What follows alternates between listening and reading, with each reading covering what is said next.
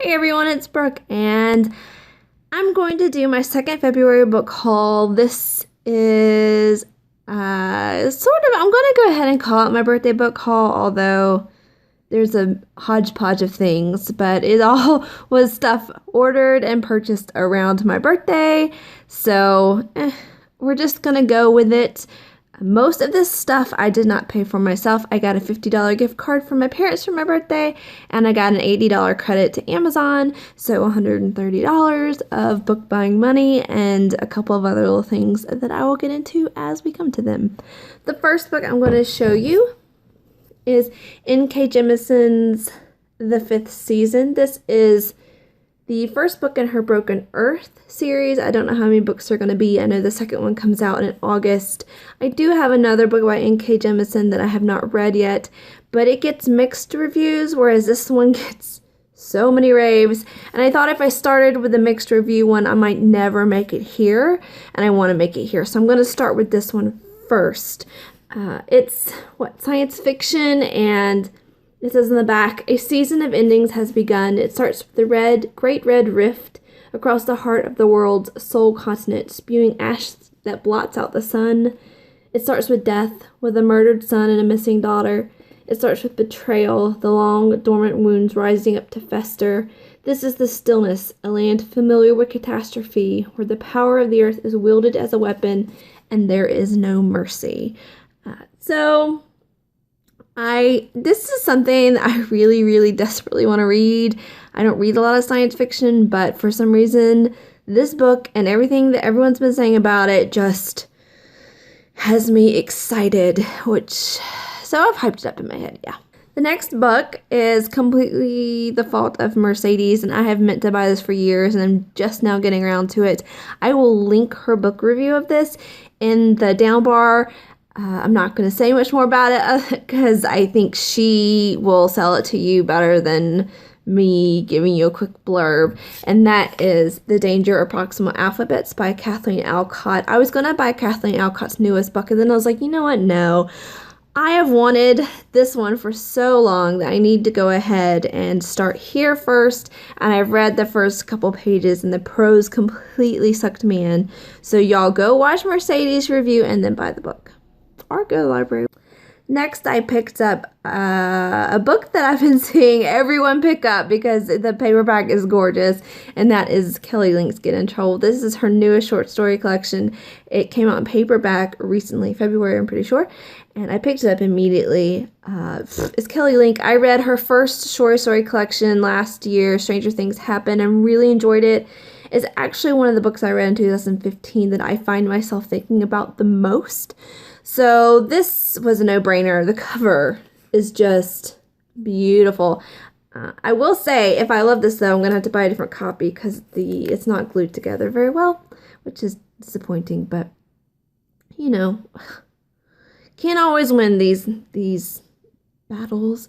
But you know, Kelly Link is known for writing weird, fairy tale-esque, fable-like, dark, just strange little stories, and they're so well done in my opinion. So this is very high on my priority list. Then a book I actually contacted the publisher about because I loved The Beautiful Bureaucrat last year by Helen Phillips, and she has a short story collection coming out this year called Some Possible Solutions.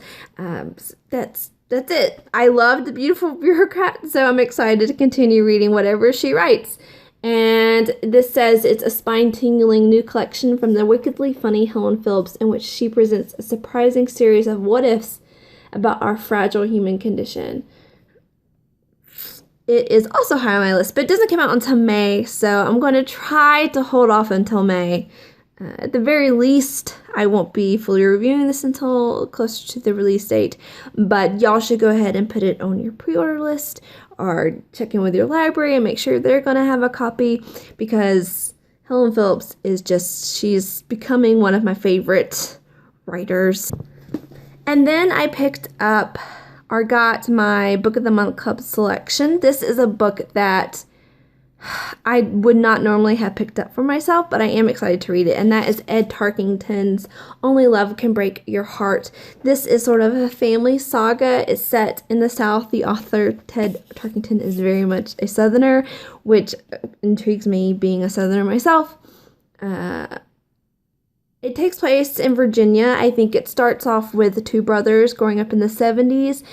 And one of the oldest brother, I think, goes missing. And then we jump ahead kind of a few years, and the youngest brother now is older, and he begins having a relationship and affair with a woman who lives next door, and I think she's like a decade older than him, and then drama ensues, and we circle back to like his brother's disappearance, and just some Southern drama, family saga like storytelling, and that sounds like not my typical jam, but the Southern aspect definitely has me intrigued. And then I picked up a book I have been meaning to get around to for ages. I hear it talked about a lot. It's the first in a middle grade series, and I don't read a ton of middle grade, but Catherynne Valente's Fairyland series has sort of gotten me wanting to explore the middle grade world a little bit more. I actually tend to find that I like middle grade more than YA. Sometimes I even think it's better written. Maybe a controversial opinion, don't know. But that book is Hiep House. It is illustrated and written by Edward Carey. This is about a mansion that's built on like a pile of like forgotten things and kind of like junk stuff. And this family that lives there, the Ironmongers, are each born, and they have this birth object that they have to keep with them at all times. And I think the youngest child, Claude, actually has a special ability that he can like hear all of the different things that the house is built on speaking and whispering to him, and drama ensues. And that sounds like such an interesting premise. Kind of dark and a little bit creepy for middle grade, so I think it's going to be really, really good. And the illustrations are creepy, like these people. I don't know. It looks fantastic, and again, I've heard nothing but fantastic things. Keeping in the middle grade vein, I mentioned, that I liked Catherynne Valente's Fairyland series, but I only read the first one. And so I picked up the second one, and it's called The Girl Who Fell Beneath Fairyland and Led the Revels There. This needs no introduction, really. I loved the first book. I can't wait to continue reading about the adventures in Fairyland. And I know the last book in the series is coming out soon, so I want to sort of desperately try to catch up so I can complete the series with everyone else. And then I got another sort of science fiction book. Science fiction, it's been a thing for me lately. This is Lagoon by Nnedi Okorafor, and I have been wanting to read something by her for about a year now, and I couldn't decide where to start, but I was listening to a podcast the other day, and they were talking about where they would start with her, and they suggested this, so it got me, and I picked this up. It is in Lagos. There's a glare. 3 total strangers are drawn to Bar Beach.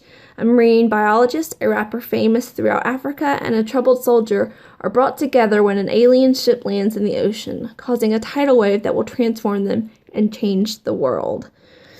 So that sounds fun. This author is highly acclaimed. Everyone I know who enjoys science fiction has nothing but fabulous things to say about her, and so I hope to get to it soon.